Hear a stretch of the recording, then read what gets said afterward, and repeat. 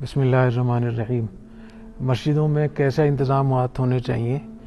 تو اس مسجد میں ہمارے طائف کی مسجد ہے ماشاءاللہ، اس میں ایک تو صفائی ستھرائی کا بہت زبردست نظم انہوں نے بنایا ہے۔ جگہ جگہ انہوں نے کچرے کی ٹوکریاں رکھی ہوئی ہیں تاکہ اگر کسی کو ٹیشو وغیرہ پھینکنا ہے تو اس میں ڈال دے اور مسجد خراب نہ ہو۔ اس کے ساتھ ساتھ انہوں نے قرآن مجید کو بڑے اچھے طریقے سے بادب طریقے سے اوپر اس کے لیے جگہ بنائی ہوئی ہیں، الماریاں بنائی ہیں بڑی خوبصورت، اور تلاوت کرنے کے لیے رحل جو بنائے ہوئے ہیں تو دو قسم کے رحل ہیں، بیٹھ کر پڑھنے کے لیے بھی اور کرسی پر پڑھنے کے لیے بھی۔ تو کس طریقے سے ماشاءاللہ صاف ستھرے خوبصورت قرآن مجید کیسے رکھے ہوئے ہیں۔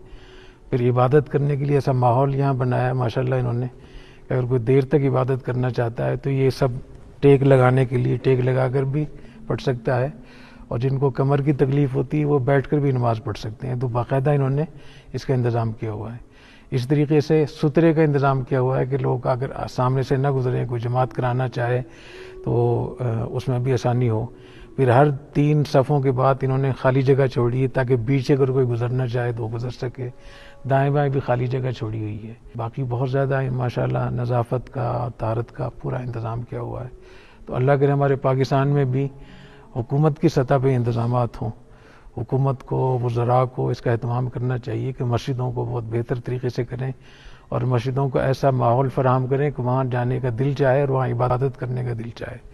تو یہاں جیسے ہی ان مسجدوں میں لوگ آتے ہیں تو دل چاہتا ہے کہ یہاں اللہ کریں، نماز پڑھیں، عبادت کریں۔ تو ماشاءاللہ یہاں عبادت کرنے کے لیے اور بڑے بوڑھوں کے لیے ہر طرح کے یہاں انتظام کیا گیا۔ اللہ ان کو جزائے خیر عطا فرمائے۔